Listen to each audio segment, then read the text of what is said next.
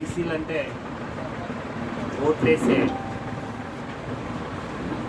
యంత్రాలే కాదు, నాయకులు కూడా కావాలని అనేక పోరాటాలు గ్రామస్థాయి నుంచి ఢిల్లీ జంతర్ మంతర్ వరకు మరి విద్యార్థి సమస్యలు అయితేనేమి, ఉద్యోగుల సమస్యలు అయితేనేమి, మరి అట్లాగే రాజకీయంగా చట్టసభల్లో రిజర్వేషన్స్ కావాలి అనే డిమాండ్ పైన బీసీలు అసలు ఎంతమంది ఉన్నారు, ప్రతి జంతువులకు కూడా ఇక్కడ ఈ దేశంలో గణన ఉంది, బీసీలు ఎంతమంది ఉన్నారని గణించడానికి మీకు ఏంటి అడ్డు అని ఈ పాలకుల్ని మేమందరం ప్రశ్నించడం జరిగింది.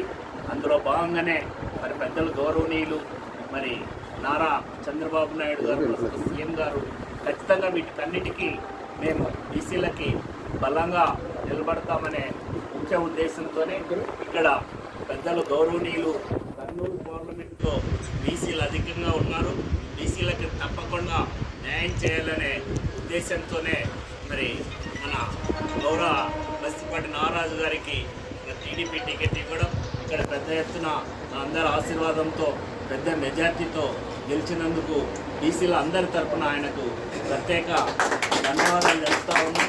వెల్కమ్ టు బీసీ భవనం. మరి అట్లాగే పెద్దల గౌరవనీయులు జాతీయ కార్యదర్శి మరి నకల్మిట్ట శ్రీనివాసులన్న, మరి జిల్లా అధ్యక్షులు మరి మురళీ మనోహర్ గారు అడ్వకేట్ గారు, మరి అట్లాగే స్టూడెంట్ ఫెడరేషన్ మరి రాష్ట్ర నాయకులు మన రామకృష్ణ గారు, మరి రాష్ట్ర నాయకులు రాంబాబు గారు, మీరు మిగతా బీసీ నాయకులంతా ఇక్కడ రావడం జరిగింది.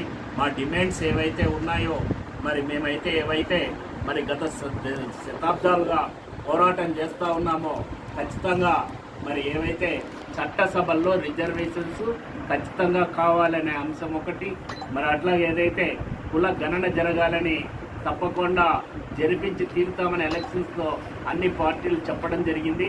వాటిని వెంటనే మొదలు పెట్టాలని. ఇక్కడ కర్నూలు విషయానికి వస్తే మరి ఇక్కడ బీసీ భవనం మరి పూర్తిగా మరి తెలుగుదేశం ప్రభుత్వంలోనే 5 కోట్లు మంజూరు చేయడం జరిగింది. వైసీపీ ప్రభుత్వం మరి ఎన్నిసార్లు మొరపెట్టుకున్నా కూడా మరి దానికి ₹1 కూడా నిధులు ఇవ్వకుండా మరి ఇది మంచి భవనంగా ఇక్కడ మరి దీన్ని కూడా తెలుగుదేశం ప్రభుత్వంలోనే బీసీలు బీసీ విద్యార్థులు మరి ఇక్కడ జ్ఞానం పెంచుకోవడం కోసం ఏర్పాటు చేసుకునేది. దీన్ని కూడా గుంజుకోవడానికి ప్రయత్నం జరిగితే మేమందరం పోరాటం చేయడం వలన పెద్దలందరూ ఆశీర్వాదం వలన ఇది నిలబడడం జరిగింది. మరి ఇట్లాంటి అనేక సమస్యలపైన ఈరోజు హాస్టల్స్ ఉన్నాయి, హాస్టల్స్లో మరి చాలని మరి వసతులు, చాలని మరి భోజన సదుపాయాలు, వీటన్నిటినీ మరి మా లోకేష్ బాబు గారు అన్నీ చూస్తూ ఉన్నారు. తప్పకుండా వాటన్నిటినీ సరిదిద్దడానికి మరి ఆయన కూడా చర్యలు తీసుకుంటున్నారు. అవి త్వరగా తీసుకోవాలని సందర్భంగా మేము కూడా డిమాండ్ చేస్తూ ఉన్నాం. చాలని వార్డెన్స్ ఉన్నారు, అనేక మంది వార్డెన్స్ లేక చాలామంది డిప్యుటేషన్స్ పైన అక్కడ సరైన మరి సదుపాయాలు, వాళ్ళకి విద్యా సదుపాయాలు కల్పించలేకపోతున్నారు. వాటిని కూడా మరి భర్తీ చేసి విద్యా సదుపాయాలు కల్పించాలని ఈ సందర్భంగా డిమాండ్ చేస్తూ ఉన్నాం.